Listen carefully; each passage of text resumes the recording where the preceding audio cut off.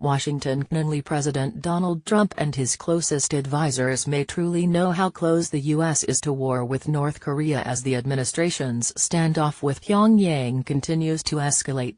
Trump's national security advisor H.R. McMaster said last week that the threat of war with North Korea is increasing every day, a stark warning that is raising new questions about whether the administration has a predetermined red line for military action after the rogue regime's latest, and most successful, intercontinental ballistic missile test to date. While Trump has been eager to confront North Korean leader Kim Jong-un both verbally and via Twitter, his threats of fire and fury have largely been tempered by assurances from top advisors who insist the U.S. remains committed to prioritizing a peaceful resolution to tensions with Pyongyang.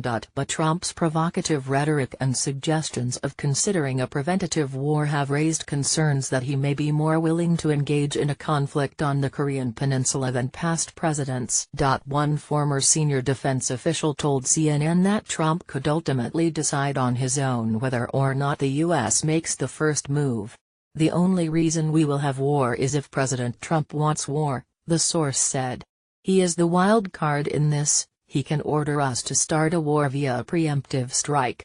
But any decision involving military force would likely be made with input from Trump's national security team, including McMaster, Secretary of State Rex Tillerson, Defense Secretary James Mattis, CIA Director Mike Pompeo and Chief of Staff John Kelly. Most of Trump's top national security advisors have said that military options should be reserved pending an imminent threat to the U.S. or allies, but McMaster has repeatedly suggested otherwise, even hinting that conflict is a real possibility and one that could come soon. In addition to his comments last week, McMaster has previously ruled out any diplomatic scenario short of denuclearization, a demand that Pyongyang has consistently said it will not meet. "Accept and deter is unacceptable. So this puts us in a situation where we are in a race to resolve this, short of military action," he said last month, adding the president has made it clear he is not going to accept this regime threatening the United States with a nuclear weapon.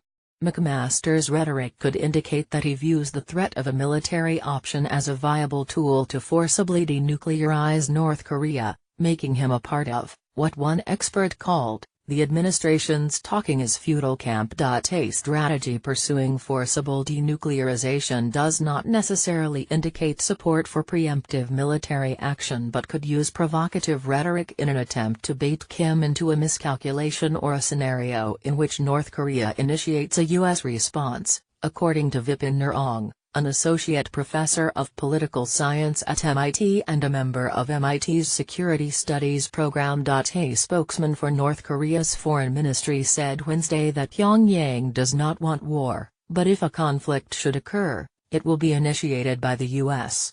Should the U.S. miscalculate our patience and light the fuse for a nuclear war, we will surely make the U.S. dearly pay the consequences, an unnamed spokesman said, according to the state-run Korean central news agency KCNA.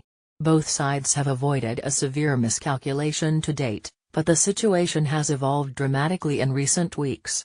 U.S. Senator Lindsey Graham, a Republican hawk who sits on the Senate Armed Services Committee, recently said that North Korea's advancing military technology makes the possibility of preemptive war more likely. While Graham believes time is running out for the U.S. to prevent Pyongyang from developing that capability, some say the clock has already hit zero. North Korea has long maintained it wants nuclear weapons and long-range missiles to deter the United States from attempting to overthrow the regime of Kim Jong-un. Pyongyang looks at states such as Iraq, where Saddam Hussein was overthrown by the United States, and Libya, its late leader, Muammar Gaddafi, gave up his nuclear ambitions for sanctions relief and aid, only to be toppled and killed after the United States intervened in his country's civil unrest, and believes that only being able to threaten the U.S. mainland with a retaliatory nuclear strike can stop American military intervention.